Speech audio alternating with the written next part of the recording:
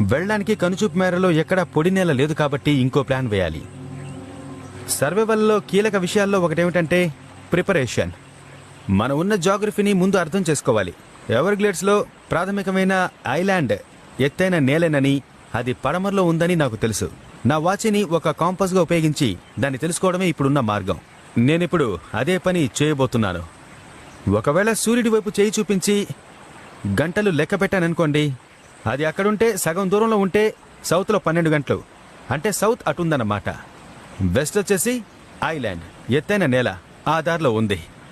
నా కర్ర తీసుకున్నాను, ఇక్కడి నుంచి వెళ్తున్నాను.